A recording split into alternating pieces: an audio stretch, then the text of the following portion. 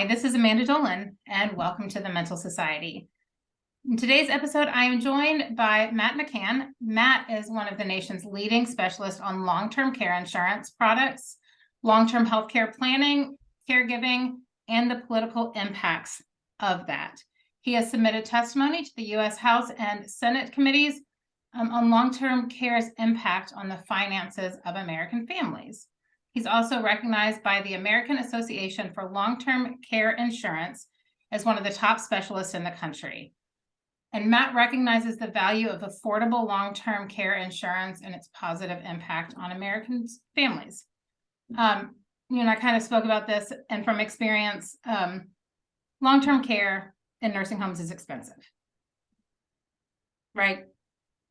Absolutely. And without insurance, we're looking at what, $4,000, $5,000, $6,000 or more, depending on the level of care needed.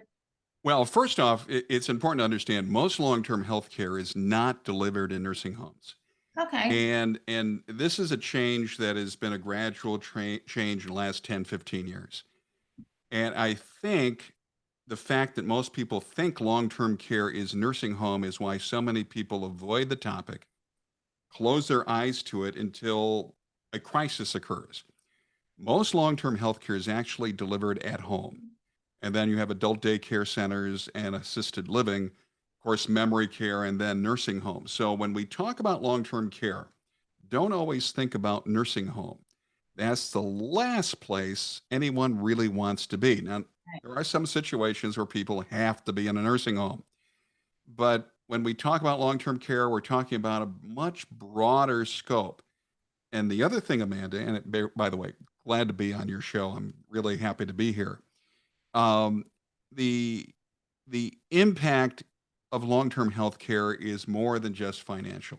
Yeah. The consequences are placed on the family. And often, since families don't want to talk about this issue, when the time comes when a parent, aunt, uncle, grandparent, whomever needs help with activities of daily living or supervision due to memory loss, there's a family crisis. What do you do? What are you saying that health insurance or Medicare doesn't pay for this? People just don't understand the consequences of long-term health care. And often an adult child, usually a daughter or daughter-in-law, gets thrown in to be a caregiver. They're untrained, they're unprepared, they're what we call the sandwich generation, where they're taking care of kids, they're taking care of their career, their spouse, their other family responsibilities, and being a caregiver. It's tough. It is emotionally and physically demanding. And I'm going to speak my experience with my mother, who she just agreed to move into and it's not a retirement community. Independent living? Yes, independent Yeah. living. She's got Okay. an apartment, food on site, so she doesn't have to cook, social interactions.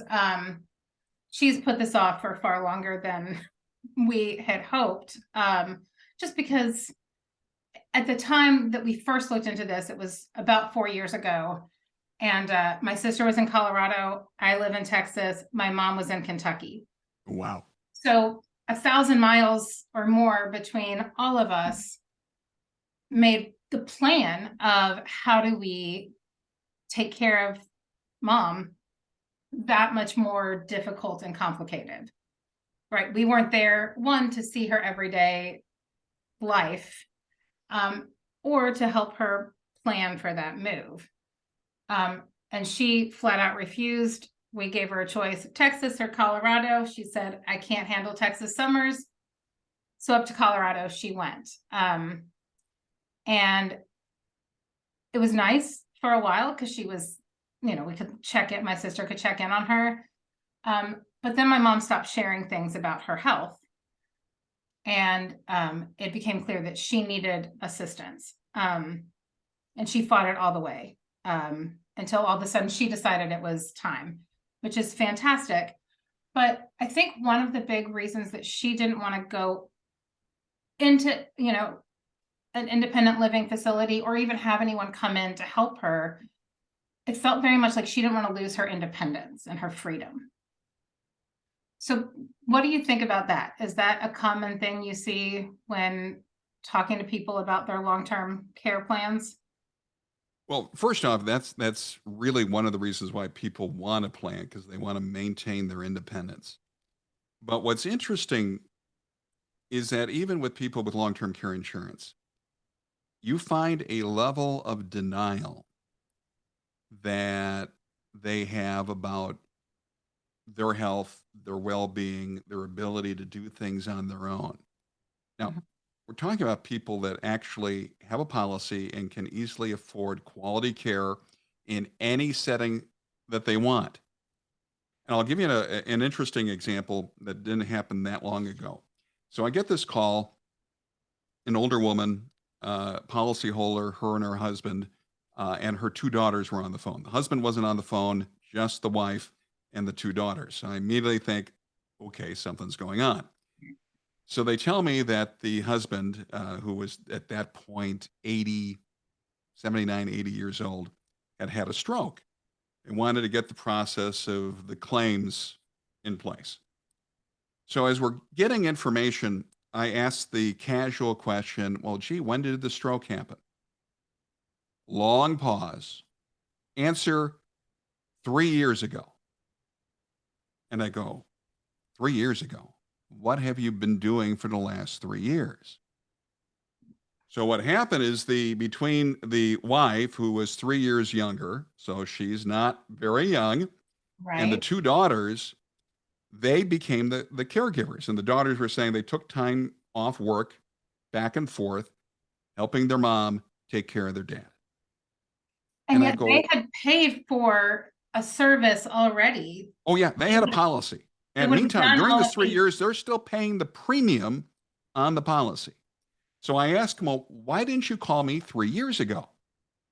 Well, we wanted to save the policy for a rainy day. And I'm thinking to myself, it was pouring 3 years ago. Mhm. And what I think it is just a level of a denial that many of us have about ourselves. One of the biggest fears I think most of us have is that fear of losing it a little, that Mhm. we're not going to be completely independent. And then we start exaggerating in our heads. Oh, I forgot my keys. Oh no, that must mean I have dementia. And then I can't tell anyone that, so we go from one extreme to the other, Right. none of which is based in reality. And then we start closing up and not sharing, what happened at the doctor's office. And one of the things I think is absolutely critical for older adults is to be able to share what's going on in their health Mhm. with their adult children, or at least one, if not the entire Oh, family. It's like they're embarrassed. Health is not something to be embarrassed about. Now, it yes, that's it's one of the things, especially once the pandemic started and people were not allowed to go with my mother to some of her healthcare, her doctor's appointments. She was actually kind enough to record them so that we could listen to the doctor. Uh, and then my sister was able to go. And sometimes we would FaceTime so I could be in the room. Um, and other times that just wasn't possible. But yeah, it was interesting too, how my mom heard information versus how my sister and I heard information. And there was one, I wasn't on the phone, but it was with my mom's cardiologist, and my mom has congestive heart failure. And my mom, said, oh, so I can recover from this, after the doctor had spent, 15 minutes talking about expect more hospital visits, these things are going to happen. And what my mom heard was, if I take care of myself, it won't get worse or won't get, as bad quickly. And so the doctor is on his way out, and she's like, oh, so I can recover from this. And the doctor, my sister said, literally just 2 steps back and sat back down on his stool and was like, I was not clear. And so if my I wonder if my sister hadn't been there too. One, would I have known that that conversation had happened? Would my sister have known? And would my mom have told us any of those things? Maybe, maybe not. But I know for my mom, even after she'd had several surgeries, we wanted to get her just help with laundry, not any like real long-term, not specialized care, because she had fallen twice while moving laundry around. She's front loading laundry, washer and dryer. And she fought that. And this is a woman that could afford the, $20 an hour, 5 hours a week, which was all she really needed. And so that was really frustrating to my sister and I, that she would continue to fall. She wouldn't use her oxygen like she was supposed to. So with that, what's the benefit then of starting that long-term care in the home early? Well, when you start getting care right away, you're going to enjoy, first off, a better quality of life. You're going to be able to maintain the health issue a little bit better because you're getting the appropriate care right away. Obviously, you don't wake up tomorrow with Alzheimer's. You don't wake up tomorrow needing 24/7 care. Now, there are accidents and massive strokes that cause that, but Right. most of it is gradual. And most human beings will just delay, avoid, deny until it gets to the point where it's really bad. And then now you need a lot of care and your quality of life is diminished dramatically. Right. If, on the other hand, you either have long term care insurance or you have financial resources, combination of both, you get the appropriate help and assistance, you're going to delay that decline. And by doing that, you're going to be able to maintain more independence. You're going to be able to stay in control and enjoy a better quality of life. A lot of people have the assumption that when they need help and assistance, whether it's due to a chronic illness, aging, what have you, that their quality of life is now gone. And the fact is, if you walk into an assisted living facility, for example, independent living is sometimes attached to assisted living facilities. You're going to see a lot of people with smiles on their face having a good time. Mm-hmm. So when my mom eventually went into assisted living, kicking and screaming, of course, by day 3, she was the queen of trivia. She was involved in every game activity there was going on. She had a group of friends that met for breakfast, lunch, and dinner. She had fun. She had been more isolated at home, getting care at home, than she did going into the assisted living, where not only did she get better quality of care, but the environment, she was less isolated, more friends, more interaction. And that isolation is not good for our physical health or our mental health. And when I talk about mental health, I'm talking about both your overall mental status as well as the cognitive issues Right. that can accelerate because of isolation. I my grandmother died at 106 weeks old. Wow. And she was cognitively very, very, with it. I am convinced that she was like her cognition was so good because she played bridge several times a week Absolutely. for like forever, basically. And so using her brain, because she was interacting with people, helped her be present for longer, right? We think about that mental decline. She was 100, and at her 100th birthday, she lived in Chattanooga, and we went on a carriage ride, and she was pointing out buildings and telling us stories. And she was 100. I mean, this was her 100th birthday. And I have trouble remembering some of those kind of stories in my own life. And so when my mom moved to Colorado, she moved in March of 2019. And my mom is a pretty introverted person. And she kind of struggled in that first little bit making friends. And then the pandemic hit, right? So she went, lockdown, no interaction. And she called me last week to tell me that she was looking into moving into this facility. She was talking about, oh, I went and I've eaten dinner there a couple times. And then she starts telling me about the stories that these women that she sat with were telling her. And all of a sudden, this is the first time my mother has talked about people other than her family, right? In 3 years. And for me, as her daughter, I was like, oh my gosh, like, how much is her quality of life going to improve, even if all she does is have these conversations at dinner and has no other interaction with anyone else You during the day? can't underestimate that. I mean, how many people have you heard about, maybe personally known? They work their entire life. They can't wait to get to retirement.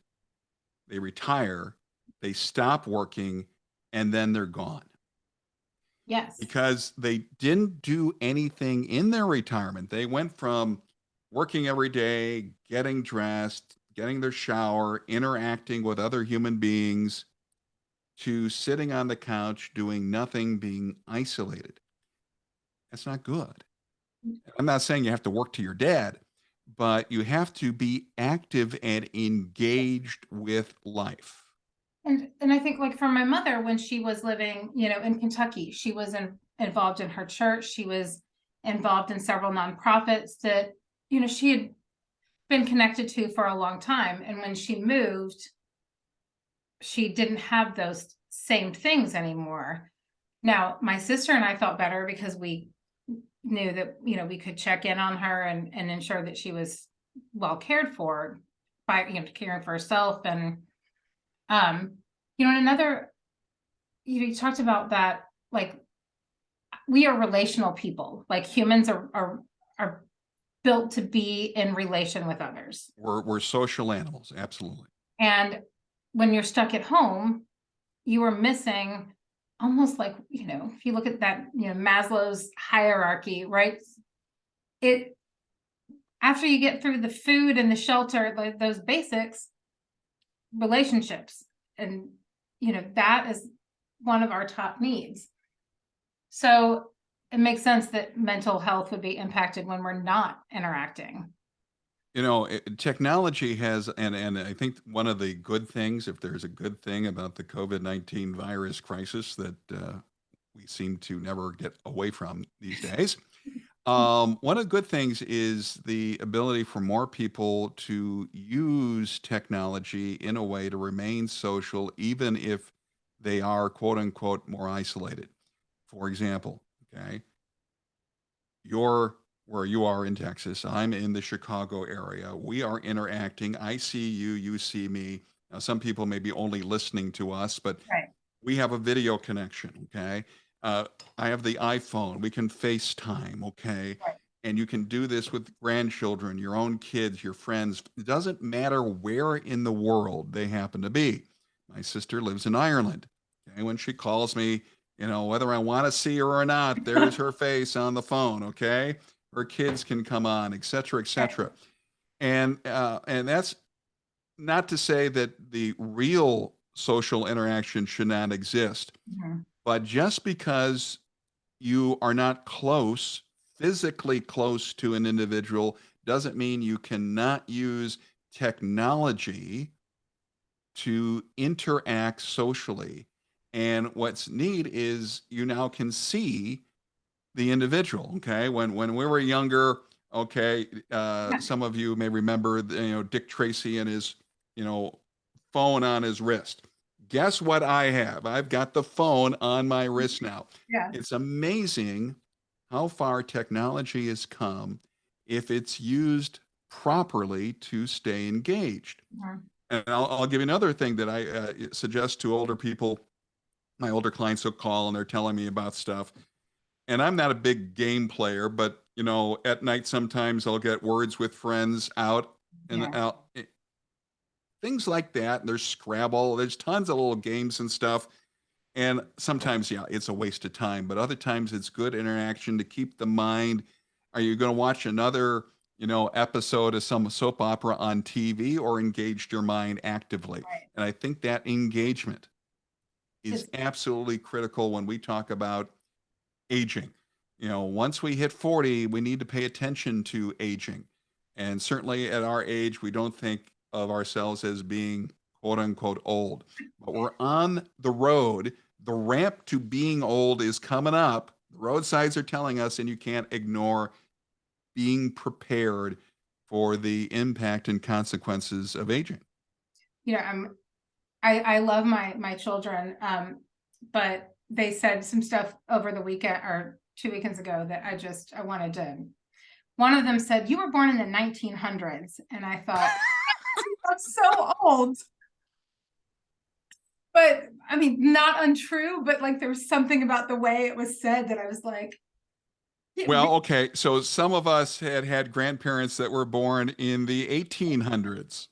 And when we were kids, grandma was born in 1897. Oh my God, how old is that? It's all a matter of perspective. Oh, it is.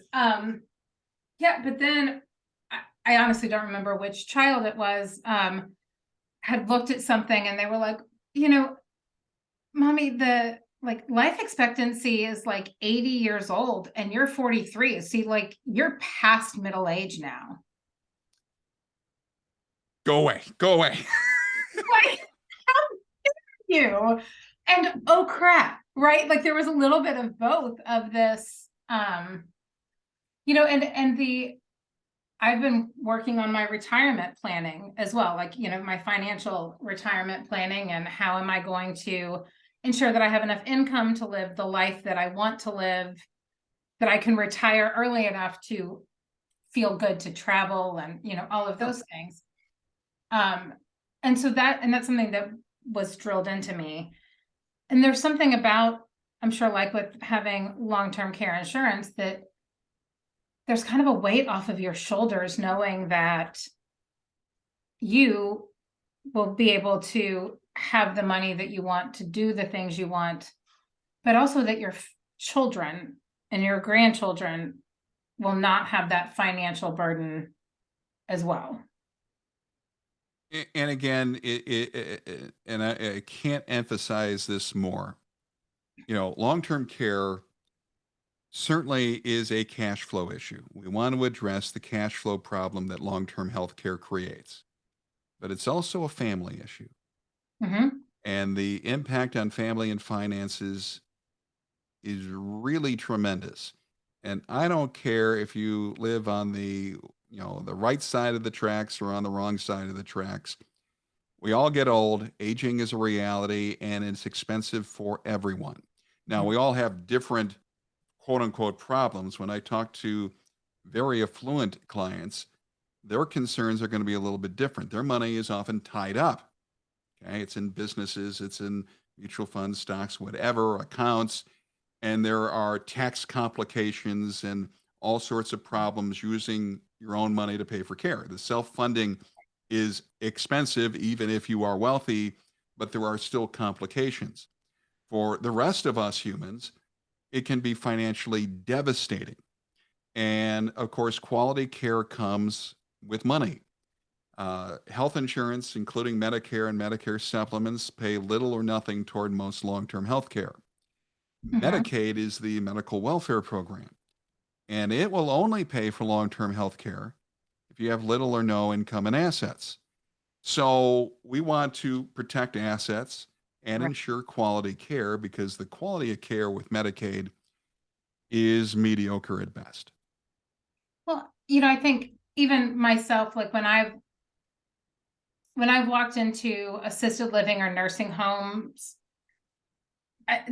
you'll understand what I mean. I think you can smell the difference between ones that have higher income, more, I guess, insurance paying versus Medicaid.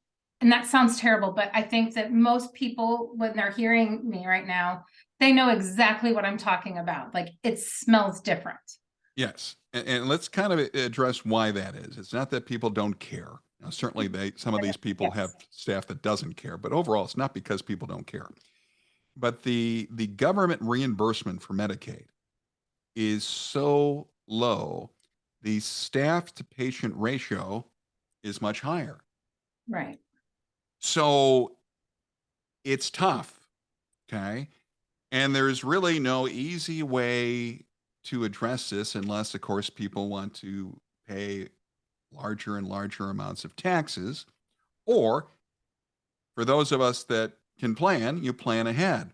But a lot of people fail to plan until it's too late. I get tons of phone calls and emails and all that kind of stuff from someone. Oh, my mom just went into a nursing home. We need to buy insurance for her.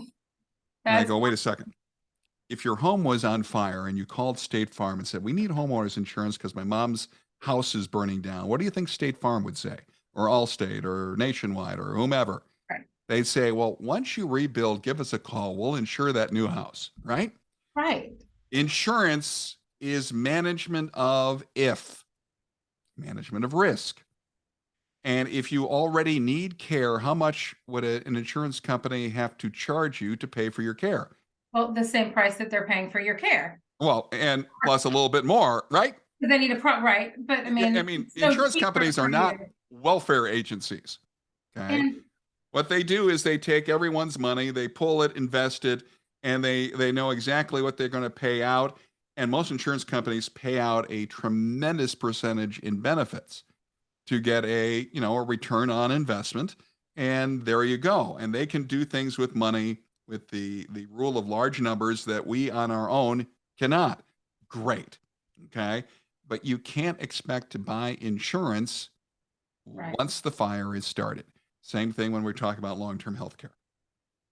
And that makes so much sense when it comes to the planning and the preparing, and the talking about it with your loved ones well in advance of needing that, and what your loved one wants that to look like even.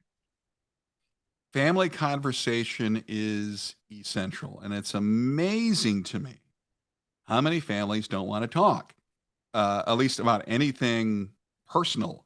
You know, people are closed off. I'm not going to tell you about family history. We don't talk about those things in this family. Like they're embarrassed about. You really need to know family history, your family health history. You need to know it. Okay. It's important. If you have living grandparents, you need to ask them about their parents and their parents' parents. Things tend to run in families. Now, that doesn't mean if it doesn't happen in your family, it's not going to happen to you. But having this understanding is beneficial. Making sure family history, not just health, but all of family history, is important. Okay. We learn from history. Okay. I love history. Okay. Most people don't. That's why we tend to repeat mistakes over and over because we don't learn from the past. So we've got to communicate with families.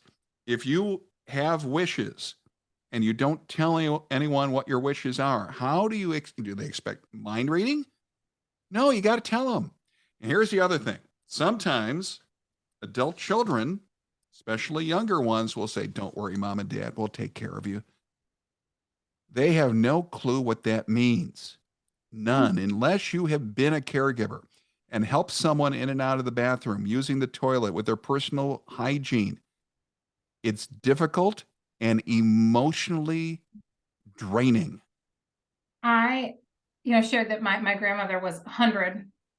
Shortly before she died, I was visiting her with my kids, and she had full-time help in her home, which was really more laundry, changing, but some helping with bathing and getting on the toilet and off the toilet safely.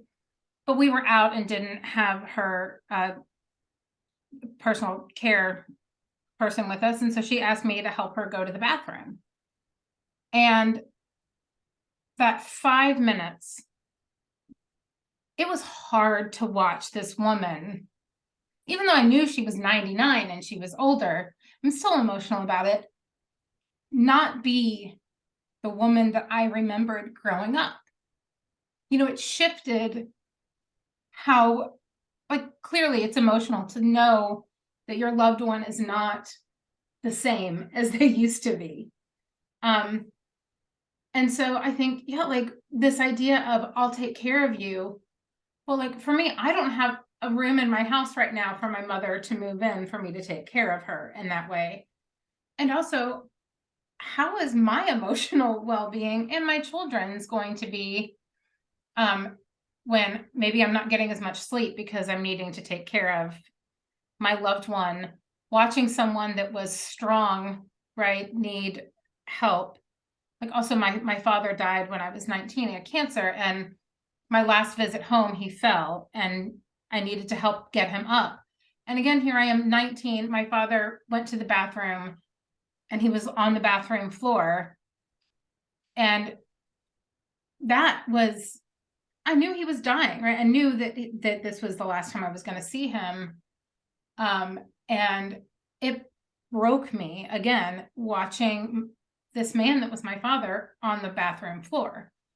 And so I think that also, I think there's a piece of embarrassment and fear and discomfort for the individual that's requiring that help as well. Oh, absolutely. The care recipient is just as embarrassed about the role reversal as you are as a caregiver, because if you're a parent, you took care of your kids, you did, I mean, that was your role, and now all of a sudden Right. your child is Is wiping your butt. I mean, I hate to But put like it that, that. yeah, but that was your job to do for me, right? Like, think And of my kids, like it was my job to wipe their bottom. I don't want them to wipe mine. no, no, and I know people say, "Well, don't worry, mom, I'll do it," or whatever, but it's tough on the care recipient, and it's emotionally and physically hard on the caregiver. Oh, I We see all the time with caregivers, family caregivers, who have physical and mental health declines because of the stress and the physical difficulty of being a caregiver. Because remember, caregiving is not the only thing that they're doing. A right. professional caregiver is working their hours and going home. Family caregivers, You're they don't get the time off, and then they're balancing their other responsibilities, and they're taking care of someone they have a personal connection and an emotional connection to. right. And yeah, it's one thing to do it for a week or two, to do it day in and day out, 7 days a week, nonstop for what could be years. Well, and I think too, like you don't get a vacation from it when it's your loved one, right? If you're a caregiver and that is your job, you can take time off. You get your weekends free. You, right, and you're trained in how to protect your back and Yes, absolutely. They're you know, trained. like Exactly. all of those things. Like how do you move someone? Mhm. Um, whereas like I wouldn't know exactly how to do that. And so that makes sense. Like that how are you providing yourself self-care and enough sleep if you're taking care of your children and you're working a full-time job and you're taking care of your parents, you're trying to make dinner, right? All of those things. When do you Well, the answer for any of your audience that is in that position right now is something called respite care. And yeah, it's going to cost money, but it's going to be a limited amount of money, and it's going to be well worth the help that they're going to provide to give you some vacation, quote unquote, respite. I read the story on LTCnews.com, and respite care can be a home care provider, can be adult daycare. Adult daycare is a wonderful option, even if it's for a day. Okay. You drop mom and dad off during the day. You, as a caregiver, get out, meet watch a movie, go friends, shopping, get whatever, right, get absolutely. And it's well worth, and it's not really a matter of a cost. It's a matter of, yeah, that's a good idea. We're going to go do that. If you're going to be on vacation for longer than that, there are many assisted living facilities that have temporary, you can be there for a week or two. So there are options for people that are in a situation where they're the primary caregiver. Okay. There's no long term care insurance. The family is rotating being caregiver, but you need that time for yourself physically and mentally. And if you don't get that time, you're going to find yourself in a quick decline that's, you don't want to go through. Absolutely not.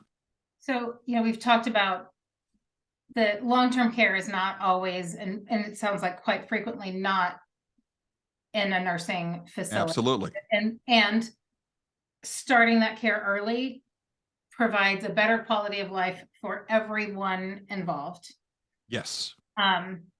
So where can our listeners go to find more information about how to take care of loved ones, options that might be out there for them, or even information about how and the cost of how to buy and the cost of long-term care insurance for themselves? There's a lot of resources on the internet. Of course, as I say, that a lot of the information on the internet is really bad. The Right. internet is the wild, wild west. Mm-hmm. And I don't think that's going to change anytime soon. So you have to know, what to look for. As far as there's a number of senior related websites. I mean, from big organizations like AARP and other types of similar websites. I use LTCnews.com. It has a lot of resources and tools about long-term care, caregiving, that sort of thing. As far as long-term care insurance, for those looking to plan, the best time is in your 40s and 50s as part of retirement planning. Uh, my website is radioltc.com. That'll take you right to my website. There's other specialists like me out there. It's important to utilize a long-term care insurance specialist when shopping, and ideally someone that works with all the companies, not just one or two. Most financial planners and general insurance agents are not adequately trained or understand how these policies actually get used at the time of claim. And they typically overinsure individuals because they look at, oh, like you did, nursing home. Nursing home costs $8,000 a month. You need a policy that pays $8,000 a month. No, you don't. Okay. A specialist will understand that. Right. And there are a handful of states that are now implementing taxes on individuals age 18 and older that do not own a qualified long-term care policy. The state of Washington implementing their tax in July 2023. Oh, California, New York, Illinois, Minnesota, Michigan are a handful of other states that are moving in that direction. So not that you get a policy just to avoid a tax, but if that's an added bonus, so be it. The other right. thing people don't know about, there's a number of tax incentives that are available for some people, especially those that are self-employed or own a business, or itemize and have enough medical related deductions, et cetera, et cetera. So you look at long-term care planning, and you have to have a plan, whether it's insurance or something else. You got to have a plan. You've got to communicate with your family. You got to let your family know what your preferences and your wishes are.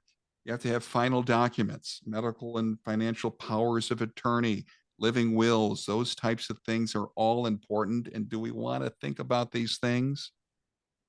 No. Often, no, we don't. Right. It reminds us of our mortality and what a gift you are giving your loved ones by making sure that your wishes are being met, that you're financially protecting them, and they don't have to wonder or question what you want or need long term.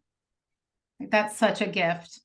And so having those conversations, creating a will, getting that medical and financial power of attorney, we're all going to die. Just because you get that doesn't mean that you're speeding up that process. It means that you are preparing everyone for that process. And I am a firm believer that anyone 18 or over needs a will, period. Yep, you're right. And if you have children, if you have assets, right, all of those things impact. But you said it. Just because you do those things doesn't mean it's going to happen the next day. It's like people that don't go to the doctor because they think if they go to the doctor, they're going to be sick. Like if they don't go to the doctor, They don't know. it's not going to happen. No. By going to the doctor and having your regular checkups and your lab work and all that kind of stuff, you're going to find out when things happen much sooner, when things can be easily treatable, as opposed to, I'm sorry, there's nothing we can do. We'll just make you comfortable type of thing. Or now we need to rush you to surgery type of thing. Right. We have to get through our denial. It's very hard mentally for some people to get out of that. But when you live in the real world, you're going to be able to handle things a lot easier as opposed to closing yourself off until crisis happens. Crisis management is never good. It just isn't. Right. And just right before I finish with you, Matt, what's the leading cause of death in the United States or in the world? Birth. Oh, wow. I got to write that one down. It's a good one. Every single person that's been born has died.